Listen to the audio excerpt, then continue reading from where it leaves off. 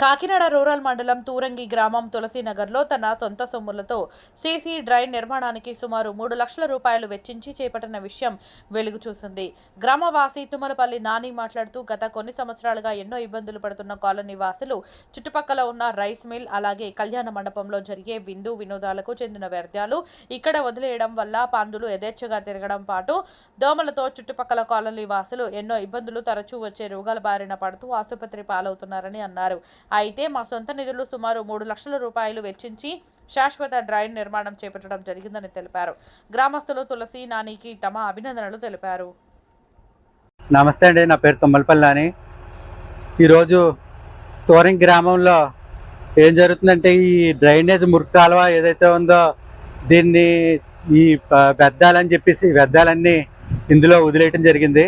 ఆ వ్యర్థాల వల్ల పైపులు తర్వాత డ్రైనేజీలు అన్నీ పాడైపోయి రోజు ఆ పక్కనున్న రైస్ మిల్ వాళ్ళు తర్వాత పైన ఉన్న వాళ్ళు అంతా వాటర్ అంతా ఇలాగే వస్తుంది.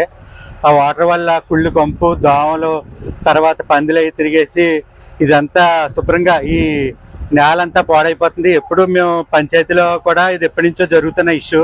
ఈ లోకల్ వాళ్ళందరూ వెళ్ళి కంప్లైంట్ ఇచ్చారు. మాకేం జరుగుతుందంటే ఉన్న డ్రైనేజ్ మీద పెద్ద డ్రైనేజ్ 20-30 అడుగులు సైడ్ నుంచి తవ్వించేసి మొత్తం అంతా పెంట చేసేస్తున్నారు.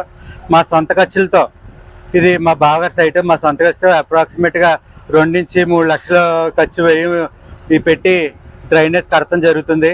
దీనివల్ల వీళ్ళందరూ చాలా హర్షం వ్యక్తం చేస్తున్నారు, ఈ కాలనీ వాళ్ళందరూ. Thank you.